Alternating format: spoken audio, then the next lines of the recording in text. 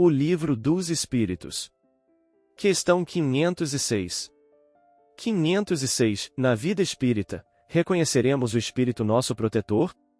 De certo, pois não é raro que o tenhais conhecido antes de encarnardes.